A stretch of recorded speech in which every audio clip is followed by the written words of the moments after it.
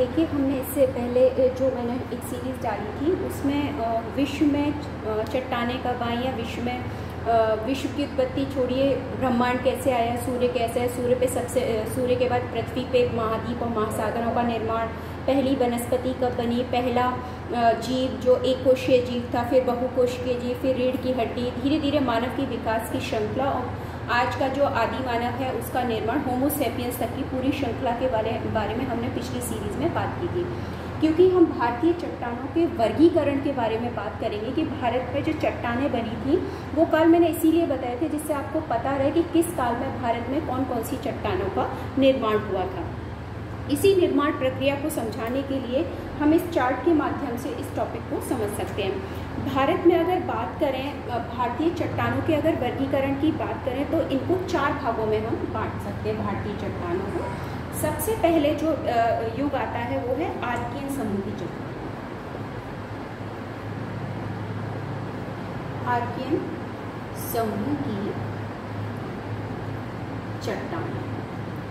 इस काल में आर्कियन मतलब सबसे पुराना काल, प्री कैम्ब्रियन काल, पुरा कैम्ब्रियन काल के नाम से भी इसे जाना जाता है। ये ऐसा काल था, इस समय जो चट्टानें बनी थी उसमें जीवाश्म नहीं पाए जाते थे क्योंकि अग्नि से निर्मित चट्टानें थी और जिसमें आग होगी उसमें जीव जंतु पेड़ पौधे तो बच ही नहीं सकते, जल जाएंगे। तो ऐसी चट्टानों में जब ये आर्कियन, इसका मतलब जितनी भी जीवाश्म निर्मित संसाधन है वो इन चट्टानों में नहीं पाए जाएंगे। हाँ, इसमें पाया जा सकता है, जैसे हम बात करें अग्नि में लोहे की मात्रा ज़्यादा होती है तो लोहा मिल सकता है, सोना मिल सकता है। इस प्रकार के जो खनिज संसाधन है वो इन चट्टानों में मिलेंगे, लेकिन जीवाश्म वाले संसाधन जैसे पेट्रोल या कोयला वो इनमें नहीं पाया जाएगा। आर्कियन समूह में भारत में 2 प्रकार की चट्टानों का निर्माण हुआ था। आर्कियन, इसमें एक तो था आर्कियन क्रम की पहली, आर्कियन क्रम वही पुराना आर्कियन क्रम कह लीजिए इसे, क्रम। और दूसरी जो हुई थी इसी काल में वो हुई थी धारवाड़।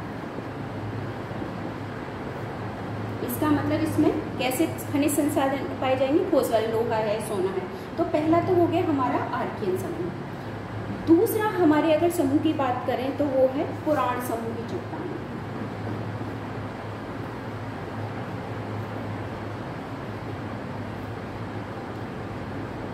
बहुत ही प्राचीन, इसको हम प्रोटेरोजोइक भी कहते हैं।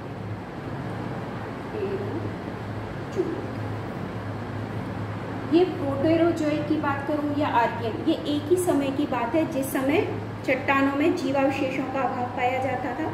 ये उस समय की हम बात कर रहे हैं, ठीक है। तो ये जो चट्टानें, इसमें भी हमारे पास 2, धारवाड़ यहाँ से बननी शुरू हुई और यहाँ तक आ गई। इसमें भी कौन सी है, पहली धारवाड़ क्रम की चट्टान और दूसरी उडप्पा क्रम की चट्टान। ये हम डिटेलिंग भी पढ़ेंगे, फिलहाल हम चार्ट के माध्यम से समझ रहे हैं कि किसमें कौन कौन सी बनी थी। इसके बाद आया था तीसरा द्राविडियन समूह की चट्टान। द्राविडियन समूह की चट्टान। द्राविडियन मतलब दक्कन वाला क्षेत्र, वहां पे आएगी। ये काल था हमारा कैम्ब्रियन। मैं चार्ट में आपको पहले ये सारे युग समझा चुकी हूँ, कैम्ब्रियन युग, प्रोटेरोजोइक युग। उस मैंने इसीलिए आपसे कहा था चार्ट को आप ध्यान से पढ़िएगा। इसमें 2 प्रकार की चट्टानें बनी हैं, एक तो हमारी बनी विंध्यन और दूसरी बनी हमारी दक्कन ट्रैप। बनना शुरू हो गई थी पूर्ण, इसमें विंध्यन तो बन चुकी थी, दक्कन ट्रैप का निर्माण कार्य शुरू हो गया था।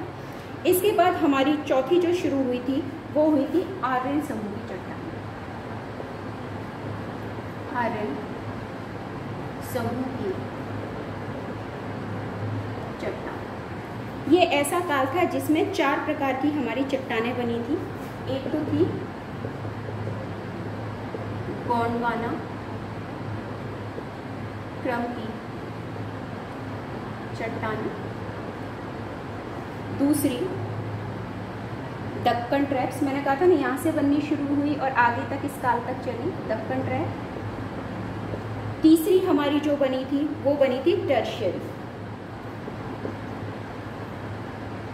टर्शरी और चौथी और जो आखिरी बनी थी क्वार्टरनरी। क्वाटरनरी चट्टान। तो हमारे पास एक चार्ट निकल के आया, पहला आर्कियन समूह, दूसरा पुराण, तीसरा द्राविडियन और चौथा आर्यन समूह की चट्टानें। और इस दौरान भारत में कौन कौन सी चट्टानें बनी उनके बारे में हमने लिखा। अब इनके बारे में हम समझना चाहें कि कैसे बनी, क्या हुआ, कैसे इनका निर्माण हुआ। तो ये जो काल, ये मैंने जितने भी काल लिखे हैं वो 4 चरणों में ये पूरे हुए। देखिए आर्कियन धारवाड़ यहाँ पे भी, इसका मतलब यहाँ शुरू होगी, यहाँ कंप्लीट हुई होगी। कुडप्पा यहाँ पे कंप्लीट हो गई, इसके बाद विंध्यन यहाँ बन गई, लेकिन दक्कन ट्रैप बननी शुरू हुई और आगे तक बनती गई। तो ये तो सबसे पुरानी चट्टान है, प्राथमिक चट्टान है, और ये सबसे नवीनतम चट्टान है। अगर भारत के संदर्भ में कहें तो भारत में सबसे पुरानी चट्टान की बात करें तो हमारे यहाँ सबसे पुरानी चट्टानों में आती है हमारी अरावली। ये जीके का भी क्वेश्चन है। विश्व की सबसे प्राचीनतम पर्वत श्रृंखला भारत में कौन सी है, तो वो अरावली, लेकिन वो वलित ना होकर कैसी होगी, अवशिष्ट बची हुई है। जिस समय निर्माण हुआ वो उस समय तो वलित होगी, लेकिन वर्तमान में अपरदन अपक्षय की क्रिया के कारण वो घिस के उसका बचा हुआ रूप रह गया है। इस वजह से हम उसको अरावली को अवशिष्ट पर्वतमाला कहते हैं। इसके अलावा विंध्याचल है, सतपुड़ा है, राजमहल की पहाड़ियाँ, ये सब हमारी पुरानी। अब नवीन की बात करें, सबसे नई में कौन सी है हमारी, हिमालय पर्वत श्रृंखला, जिसे हमें कहते हैं नवीन वलित पर्वत, जो कि अभी भी निर्माणकालीन अवस्था में बनी नहीं है। उसके भी कई कालों में, हिमालय एक बार में तो बना नहीं है, मेसोजोइक, इओसीन, मायोसीन उन युग में बनी है। तो कई कालों में, और आज भी कह रहे हैं हिमालय का निर्माण कार्य अभी जारी है। इसका मतलब आने वाले लाखों हजारों वर्ष में हो सकता है बहुत ऊंची हो जाए। तो ये सब कैसे हुआ, कैसे इसके भारत में कौन कौन सी चट्टानें बनी, ये सारी चट्टानें 4 चरणों में बनी। तो 4 चरणों में मैं आपसे पहले बताती हूँ। सबसे पहला चरण, प्रथम चरण। भाई ये चट्टानें तो मैंने लिख दी, लेकिन इनमें हुआ क्या क्या। तो प्रथम चरण में क्या हुआ था, सबसे पहले मैंने कहा सबसे पुरानी है, तो सबसे पुरानी चट्टान कौन सी बताई मैंने, अरावली पर्वतमाला। कैसी है, अवशिष्ट। पहले चरण में पहले कौन सी बनी थी, सबसे प्राचीन अरावली पर्वतमाला, और दूसरे पे हमारी क्या बनी, धारवाड़ चट्टान। ये कब बनी थी हमारी धारवाड़ चट्टानें, अगर टाइम की बात करें तो पूर्व कैम्ब्रियन युग।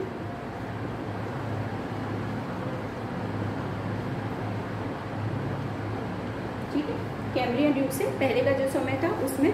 देखो प्रोटेरोजोइक जो आ जाए, इसको ये शब्द देखते ही समझ जाना कि इसमें कोई भी जीवाश्म नहीं होता है। प्रोटेरोजोइक, जिसमें जीवन की कल्पना हम नहीं कर सकते, ये सीधा इसका अर्थ है। तो यहाँ जीवन की कल्पना नहीं है, तो जीवाश्म रहित वाली चट्टानें हैं। द्वितीय चरण में दूसरा आता है हमारा द्वितीय चरण। ये ऐसा चरण था जिस समय कैलिडोनियन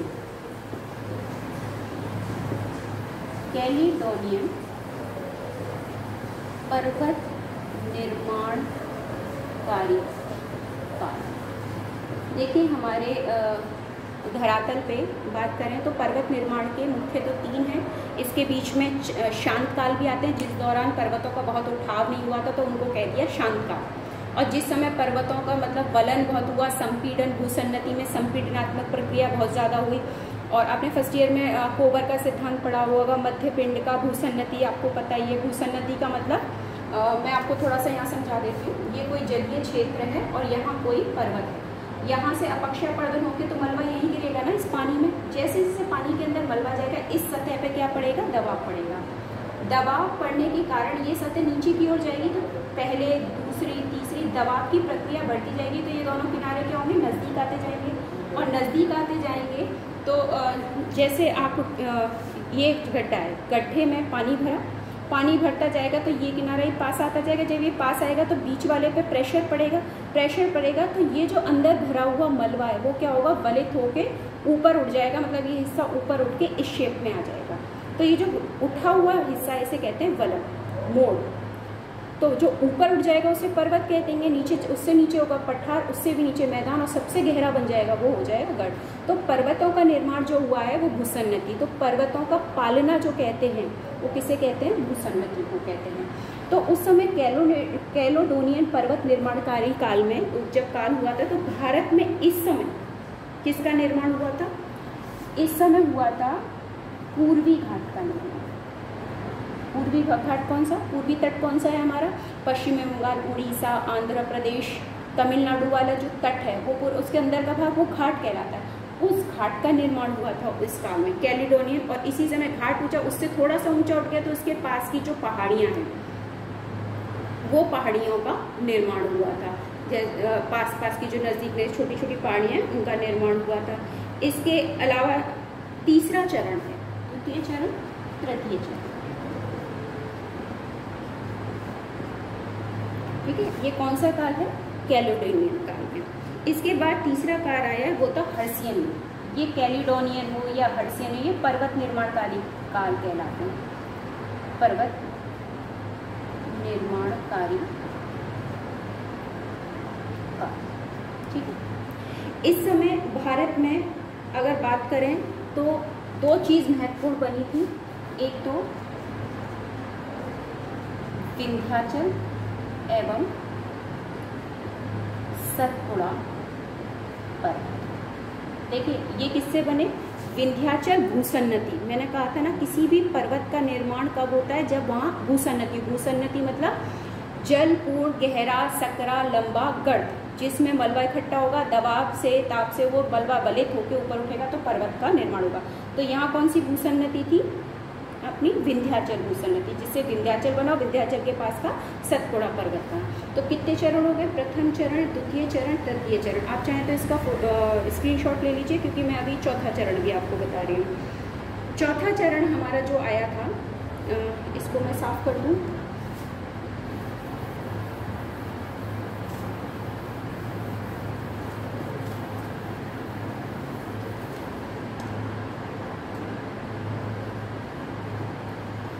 चतुर्थ चरण, हमें पता तो होना चाहिए कि भारत में कितने चरणों में किस किस चीज़ का निर्माण हुआ। चौथे चरण में जब हम बात करते हैं तो इस युग में अल्पाइन पर्वत क्रम, अल्पाइन पर्वत आपको पता है, अल्पाइन पर्वत क्रम का निर्माण। अल्पाइन कैसा पर्वत है, हमारा नवीन वलित पर्वत, ठीक है। जैसे अपलेशियन है, अपलेशियन पुराना है, वो हर्षियन काल का है। अल्पाइन यूरोप वाला क्षेत्र जो है वहाँ पे, तो अल्पाइन पर्वत नवीन मोड़दार पर्वत है। तो भारत में इस समय इसी, ये तो यूरोप की बात हो गई अल्पाइन की, लेकिन भारत में भी तो उस समय नवीन पर्वत बना था। तो नवीन पर्वत कौन से हो गए, नवीन पर्वत श्रृंखला मैंने आपको बताया था स्टार्टिंग में, कौन से हैं, हिमालय। और हिमालय में भी कौन सा, वृहद हिमालय, मध्य हिमालय एवं शिवालिक की पहाड़ी। तो हमारी पर्वत निर्माण की मैंने आपको चार बताए थे। कौन, एक तो बताया था आर्कियन, एक पुराण समूह, एक द्राविडियन समूह और चौथा अपना कौन सा, आर्यन समूह। सबसे पहली हमारी बनी आर्कियन, जिसमें अरावली, मैं दोबारा रिपीट कर रही हूँ, फिर धारवाड़। सबके नाम बताऊंगी, ये नाम क्यों दिए गए, किस जगह फेमस है। ज़्यादातर नाम किसी जगह को लेके किए गए हैं क्योंकि वहाँ सबसे पहले वो चट्टानें पाई गई और ज़्यादा क्षेत्र पर फैले हुए पाई गई, इसलिए उनका नाम उसी के आधार पर रख दिया गया।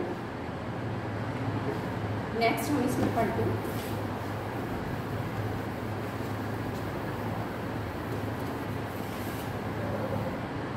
अब हम बात करते हैं सबसे पहले कि भारत में मैंने आपको कहा था कि सबसे पहले कौन सी चट्टान बनी थी हमारी। अगर जिनको हर्षियन युग, कैलिडोनियन युग और इनके बारे में थोड़ी सी भी जानकारी नहीं है तो मैं आपको थोड़ी जानकारी और दे देती हूँ। प्री कैम्ब्रियन युग आया था, जिस समय हमारे प्री कैम्ब्रियन मतलब कैम्ब्रियन युग के पूर्व का काम, कैम्ब्रियन युग आया था उससे पूर्व का काम। ये सबसे पुराने पर्वत हैं जिनमें बहुत ज़्यादा क्या हो गया, अनाच्छादन। अनाच्छादन का मतलब क्या होता है,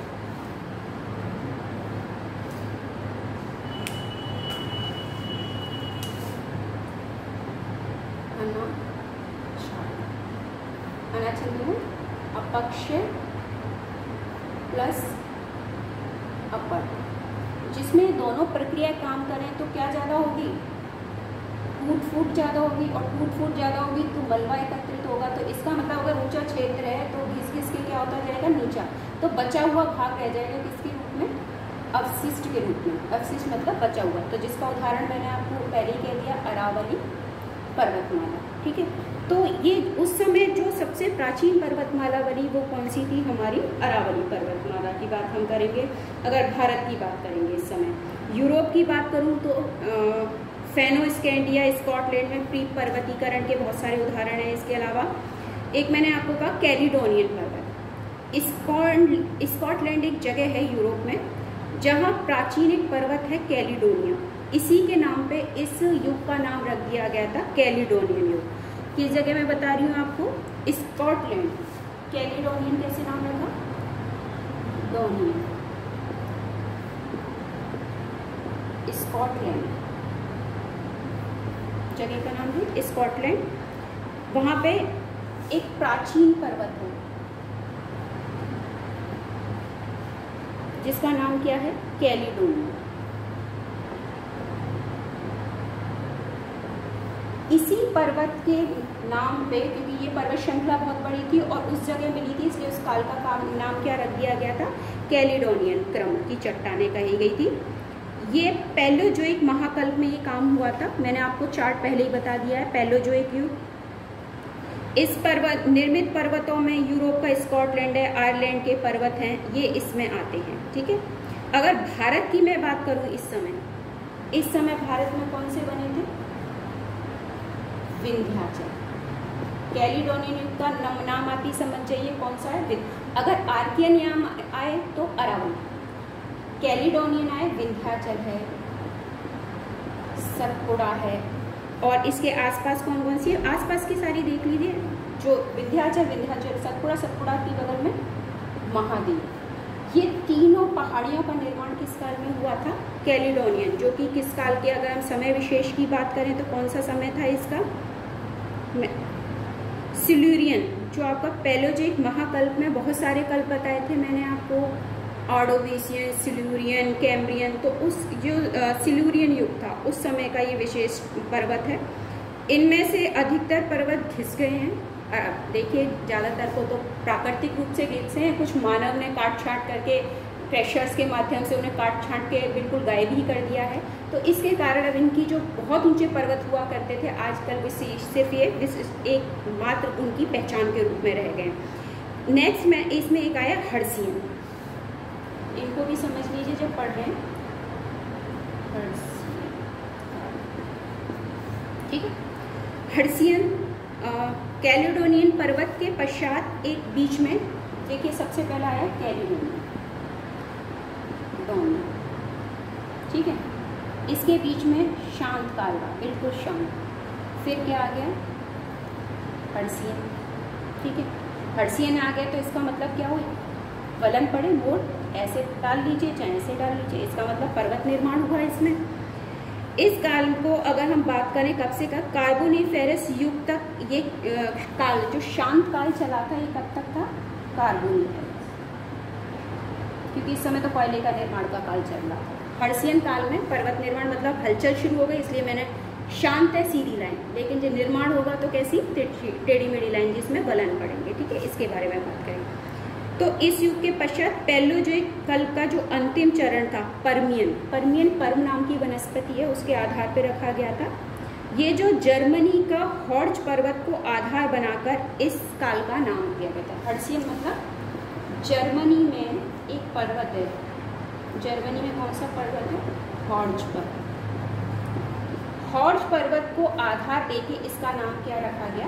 हर्सियन युग। जिस काल में पर्वतों का निर्माण हुआ, जैसे इसका उदाहरण दूं मैं, फ्रांस का ब्रिटेनी पर्वत है, ब्लैक फॉरेस्ट है, फ्रैंकवॉल्ड पर्वत है, यूराल पर्वत है। अगर एशिया की बात करें तो अपने तिएन शान पर्वत है, नॉनशॉन है, अल्ताई है, ट्रांस आमूर है, गोभी के पर्वत हैं, ये सब। और उत्तरी अमेरिका की बात करें तो अपलेशियन पर्वत। उत्तरी अमेरिका डायग्राम से बता दूँ,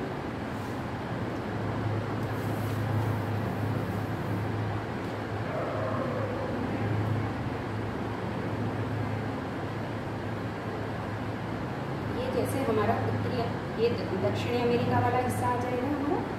उत्तरी अमेरिका में इस जगह एक पर्वत श्रृंखला है जो कि है अपलेशियन। ये उत्तरी अमेरिका है हमारा और ये दक्षिणी अमेरिका। ठीक है। तो यहाँ पे जो पर्वत है अपलेशियन पर्वतमाला, वो भी इसी समय इसका निर्माण हुआ था। ठीक है, अब चौथी मैंने आपको बताई थी कौन सी, अल्पाइन।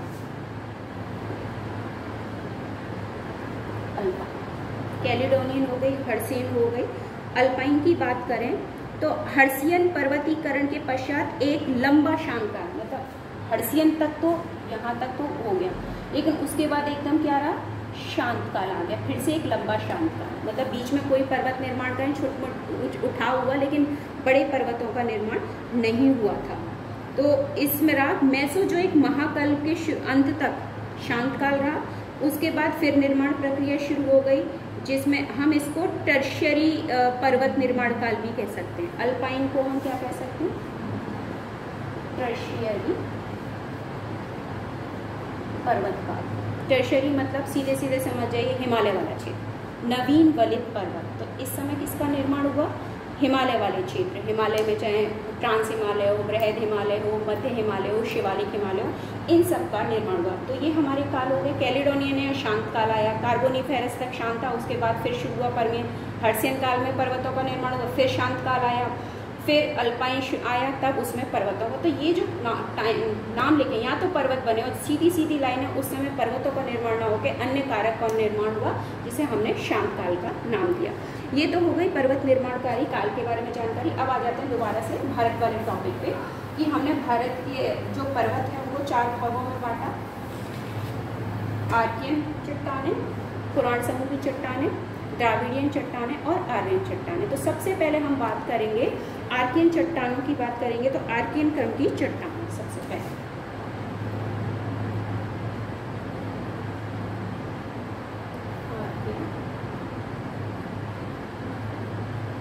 अब हम सीरियलिटी से पढ़ेंगे भारत की, क्योंकि सबसे पहला टॉपिक ही हमारा आर्कियन क्रम की चट्टानें हैं।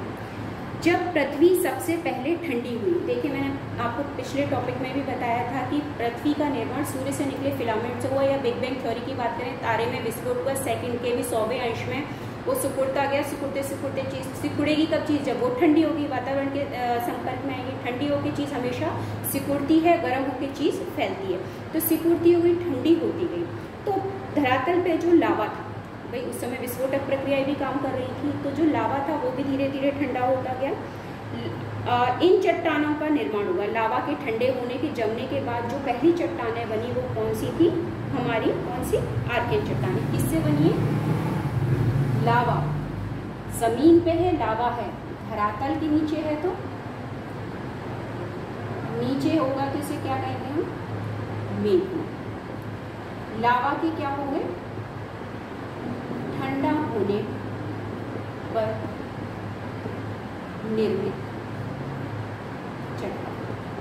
क्या ठंडा हुआ, लावा ठंडा हुआ, ठंडा होके जब जमा तो उनका जमने के बाद इसका रूप क्या हो गया, ठंडा निर्मित चट्टान है, जिनका क्या हो गया, रूपांतर। जब चीज जम जाती है तो उसका जो पानी है, लिक्विड है, अगर वो बर्फ के रूप में होगा तो ठोस रूप हो गया, तरल से किस में बदल गया, ठोस में। अब पानी को उबालेंगे तो भाप बन के गैसीय रूप हो गया, तो सबके रूप बदल जाते हैं। ठंडा होने पे इसमें रूपांतर हुआ, और रूपांतर होने के कारण ये जो अपना असली रूप था तरल रूप से, उससे वो बदल गई। ये चट्टानें ज्यादातर कैसी होती हैं, मैंने बार बार कहा किससे बनी है, लावा। लावा का अगर सीधा सीधा रूप देखें, अग्नि, आग ने जो बताई थी, तो आग में कोई जीव जंतु तो बच नहीं सकता, तो इसलिए इसे कैसी रहेंगी, जीवाश्म रहित चट्टानें हैं। ये कैसी चट्टानें, जीवाश्म रहित चट्टानें हैं। और ये कैसी हैं, रवे। देखिए रवे की भी एक प्रक्रिया होती है। जो चट्टान जितनी जल्दी ठंडी हो जाएगी उसमें रवे क्या होंगे, कम पड़ेंगे। जो देर में ठंडी होगी उसमें रवे की मात्रा बढ़ती जाती है। ठीक है, ये चट्टानें ज्यादातर आंतरिक शक्तियों से, आंतरिक मतलब लावा, इसकी बात कर रहे हैं, ज्वालामुखी। तो ज्वालामुखी आंतरिक प्रक्रिया है, बाहर पृथ्वी के अंदर से तो ज्वालामुखी फटता है, तो आंतरिक प्रक्रियाओं से ज़्यादा प्रभावित रहता है। सबसे प्राचीनतम चट्टानें हैं ये। और ये चट्टानें अगर मैं इनका एग्जाम्पल दूँ तो जैसे नीस है, ठोस है, ग्रेनाइट है, नीस है, ग्रेनाइट है, या इसके नेफेलाइन है, नेफेलाइन, ठीक है। इसके अलावा एक आध उदाहरण और साइनाइड, साइनाइड भी इसका उदाहरण, साइनाइड आदि। तो ये सारी ठोस चट्टानें उस समय निर्मित हुई थी, जो इसके उदाहरण है, शिष्टवीद कह सकते हैं। अगर मैं कहूँ ये सबसे ज़्यादा कहाँ पाई जाती है, सर्वाधिक विस्तार की बात का है, सर्वाधिक विस्तार, तो भारत के प्रायद्वीपीय पठारी भाग, इसका 2/3 हिस्सा घेरे हुआ है ये आर्कियन चट्टानें। तो इसका मतलब सोचिए तकरीबन यही है। इसके अलावा ये और कहाँ पाई जाती है, हिमालय के आधार मतलब निचले क्षेत्रों में, हिमालय के आधार क्षेत्र वहाँ पे भी ये पाई जाती है। ये भारत की आधारभूत प्राथमिक पहली चट्टान है। तो आधारभूत मूल तो हमारा वही है, ठोस चट्टानें हैं, मूल रूप से आग्नेय चट्टानें हैं। अगर इनको कहें, अगर मैं जीके के क्वेश्चन की बात करूँ, ये हिमालय की गर्भ में रीढ़ की हड्डी कहलाते हैं। इनको हम क्या कहते हैं, हिमालय के गर्भ में रीढ़ की हड्डी, वेरी इंपॉर्टेंट जीके के लिए। हिमालय की गर्भ की रीढ़ की हड्डी क्या है, हमारी आर्कियन क्रम की चट्टानें हैं। अब इनके क्षेत्र की बात करें, ये पाई कहाँ कहाँ जाती है, ठीक है। हम डायग्राम से ज़्यादा अच्छा समझ सकते हैं, तो पहले डायग्राम बनाते हैं।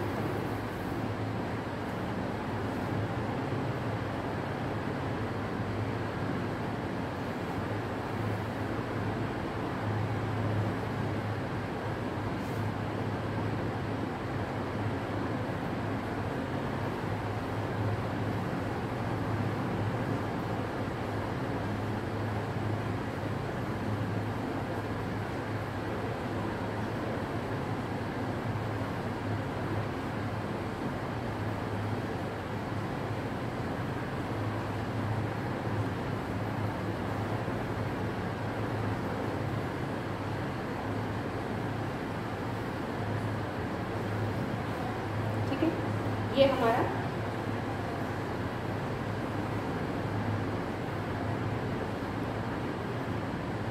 भारत का हिस्सा है। अब ये भारत में किन किन क्षेत्रों में पाई जाती है। अगर क्षेत्र की बात करूं तो मैं यहाँ पे लिख देती हूँ कर्नाटक, डायग्राम में भी बनाएंगे। कर्नाटक, तमिलनाडु, ठीक है, क्षेत्र तटवर्ती इलाके पे आ जाइए। आंध्र प्रदेश, ये कौन सी चल रही है हमारी अभी, आर्कियन चट्टान, जिसका हम डायग्राम बनाएंगे। तमिलनाडु है, मध्य प्रदेश, ठीक है, उड़ीसा है, छोटा नागपुर का पठार है,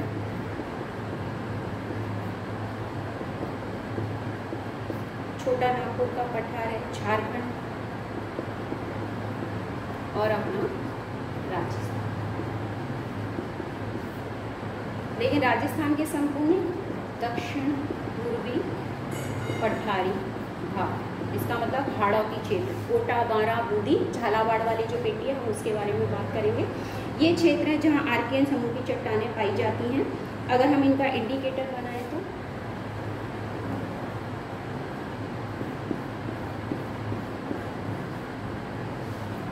देखिए, इसमें अपना कर्नाटक वाला हिस्सा आ गया, तमिलनाडु का आ गया, आंध्र प्रदेश, तेलंगाना वाला पार्ट भी आ गया, तो तेलंगाना भी है।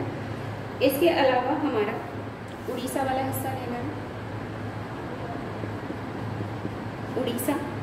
उड़ीसा कंप्लीट, थोड़ा सा छत्तीसगढ़ में पे छोटा नागपुर का पठार रखना, ये वाला हिस्सा छोटा नागपुर का पठार। देखिए, हमारे यहाँ का खनिज संसाधनों का भंडार क्षेत्र जो है वो छोटा नागपुर का पठारी क्षेत्र है। सारे संसाधन, बस आप पेट्रोल, कोयला और प्राकृतिक गैस को छोड़ दीजिए तो तकरीबन सारे हमारे खनिज पदार्थ इस अपने छोटे नागपुर के पठारी क्षेत्र से मिलते, तो हमारे लिए बहुत महत्वपूर्ण है। राजस्थान की बात करें,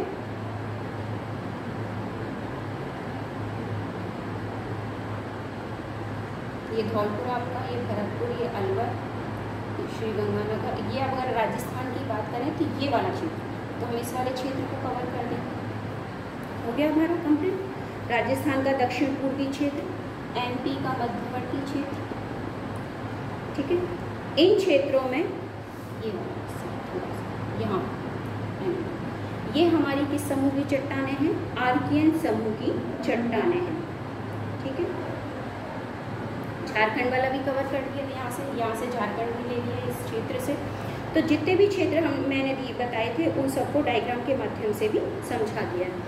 आपको भारत के सारे राज्यों के पता होना चाहिए कि कौन सा राज्य कहाँ है। जैसे जम्मू एंड कश्मीर है, ये हिमाचल है, ये उत्तराखंड है, ये पंजाब है, ये हरियाणा है, ये राजस्थान है, ये गुजरात है, ये महाराष्ट्र है, यहाँ ये अपना गोवा है, ये कर्नाटक है, ये केरल है, ये तमिलनाडु, आंध्र प्रदेश, ये तेलंगाना।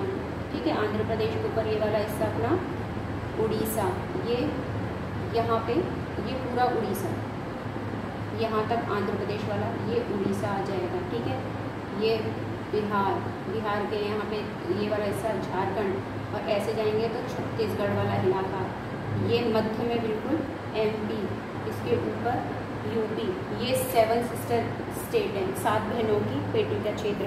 तो आपको भारत के जो जितने भी राज्य हैं या केंद्र शासित प्रदेश हैं उनके बारे में आपको जानकारी होनी चाहिए, तभी हम उसके बारे में समझ पाएंगे और आगे बढ़ पाएंगे। ठीक है, इसका कुछ हिस्सा इस इलाके में भी पाया जाता है, क्योंकि छोटे नागपुर के जो पठारी हैं इनका एक हिस्सा यहाँ मेघालय तक भी जाता है। तो ये तो हो गई हमारी आर्कियन समूह की चट्टानें। अगली हमारा आर्कियन के बाद हमने क्या पढ़ी थी? धारवाड़ क्रांति। इसको स्क्रीनशॉट लेना चाहे तो आप ले लीजिएगा। अगली है हमारी धारवाड़ समूह की चट्टानें।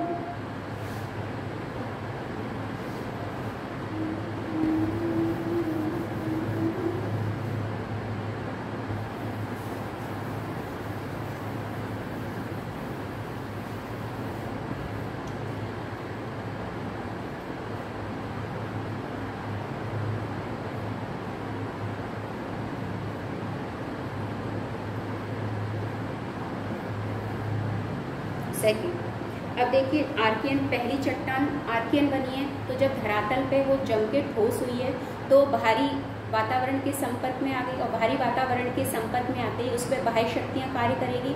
बाह्य शक्तियों का मतलब है अपक्षय और अपवर्तन, सीधा सीधा। इसका मतलब उस पर भौतिक, रासायनिक, यांत्रिक और गुरुत्वाकर्षण तीनों प्रकार के अपक्षय और अपवर्तनकारी कारक काम करेंगे, मतलब तोड़फोड़ करेंगे। तोड़फोड़ करेंगे तो उसका जो टूट फूट होकर मलबा इकट्ठा होगा, उसी मलबे से हमारी दूसरी कौन सी चट्टान बन जाएगी? धारवाड़ समूह की चट्टान। तो ये किससे बनी है?